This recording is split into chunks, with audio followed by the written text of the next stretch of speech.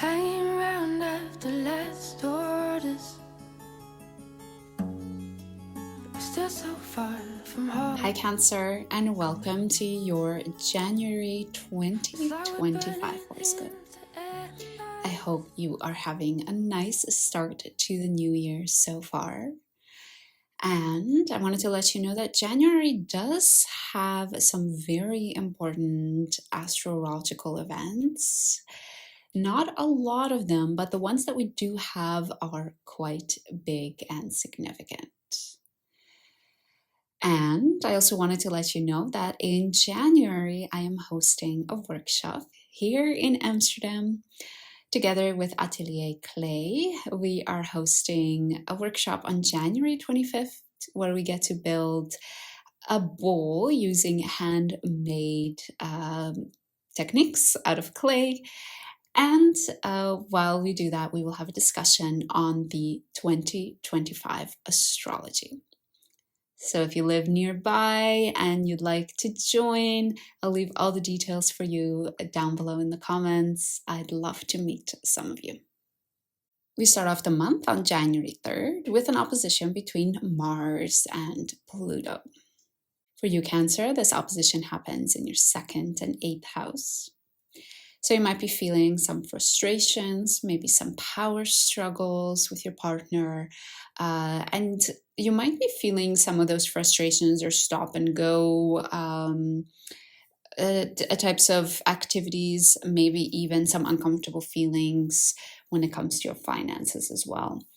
Whenever we see the axis of the 2nd and 8th house highlighted, we're talking about this idea of relying on our own, being self-sufficient versus opening up to others, being vulnerable, relying on others. And of course, we're talking about this idea of being self-sustaining in terms of self-confident and feeling worthy. And then, of course, the other side, really sharing things with somebody. So you might find, these are quite personal houses, so you might find that this opposition causes some uncomfortable feelings, maybe some feelings that can feel quite strong. So yeah, that is a word of caution, and keep in mind that this opposition is temporary, but I do hope that once it passes, you're able to look back, reflect, and also use it as a learning experience.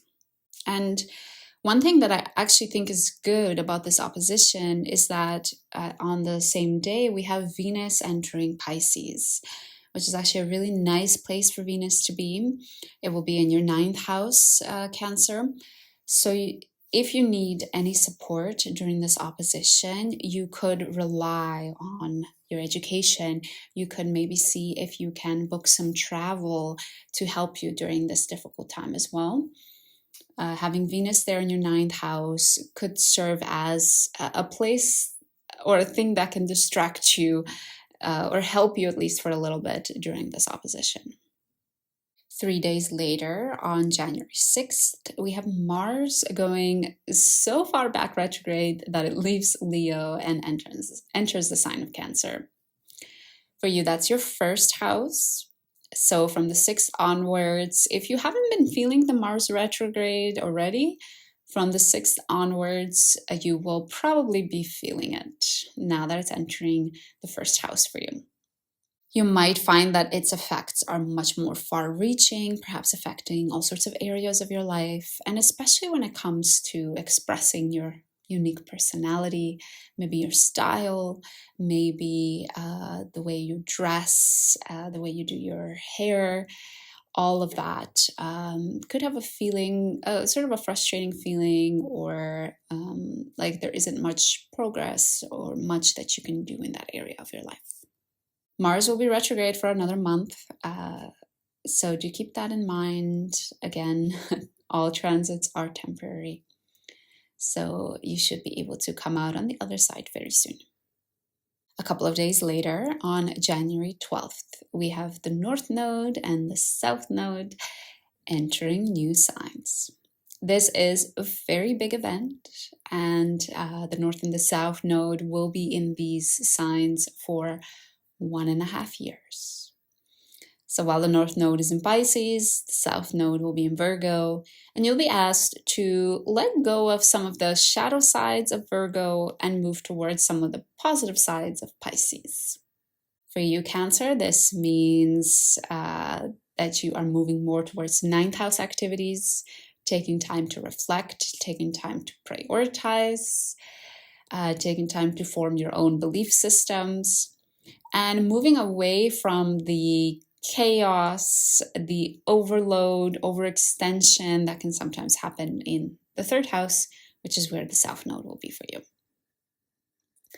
For the sake of time, that's all I'll say about the nodes for now, but keep in mind that I will do a live dedicated to this nodal shift. So if you want to make sure you catch it and learn more about this event, then make sure you click subscribe. The next day, on January 13th, we have a full moon in Cancer, or your first house.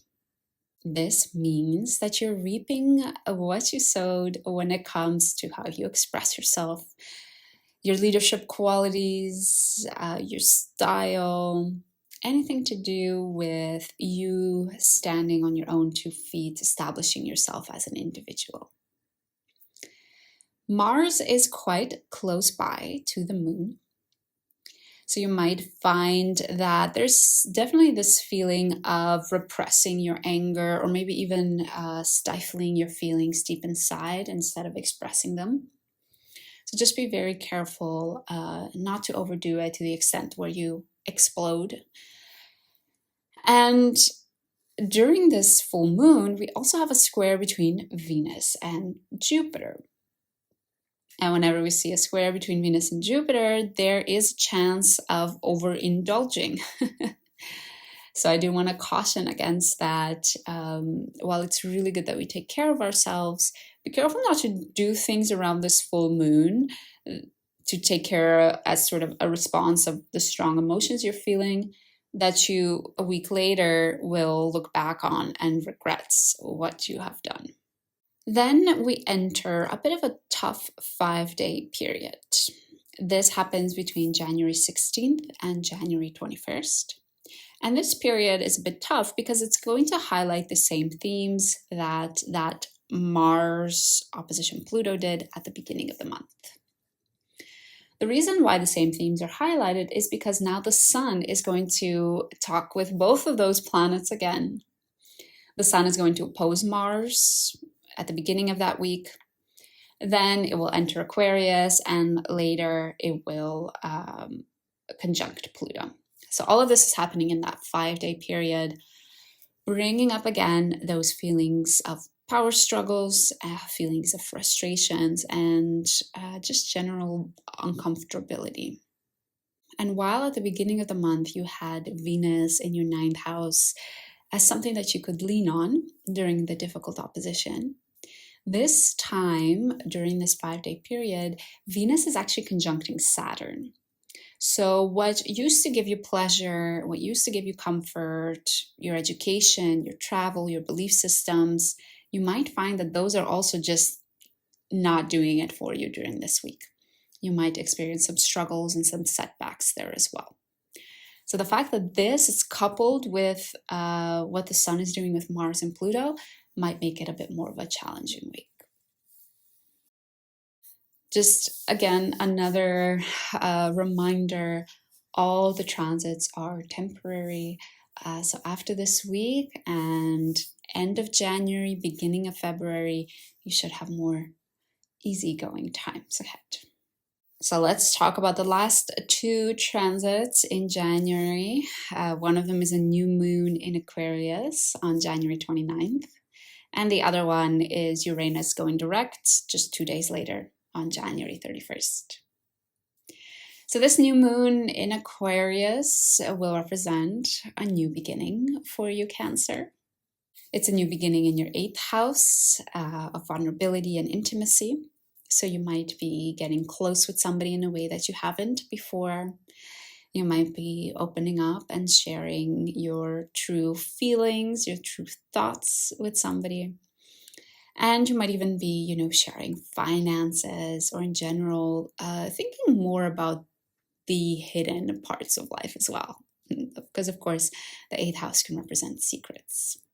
As I shared, Uranus 2 days later is about to go direct. So you might find that you are more inclined to do things in a unique way, not to follow what society expects of you or what they consider normal.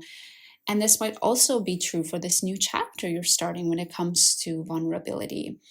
You might be more keen to explore what your unique definition of intimacy and vulnerability is. And finally, I will also add that we have Venus in your ninth house. It has moved away from Saturn. It is now going towards this beautiful conjunction with Neptune in the North Node, which will happen in February, so we will talk about it then.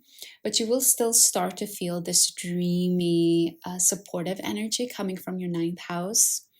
So do really see if maybe you can take some education or learn something about vulnerability and intimacy. Maybe see if through your travels you can expose yourself to how other cultures view these parts of our lives.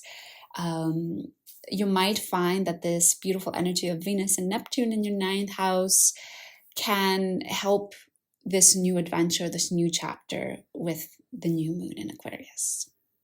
So that's it, Cancer. That is your forecast for January 2025.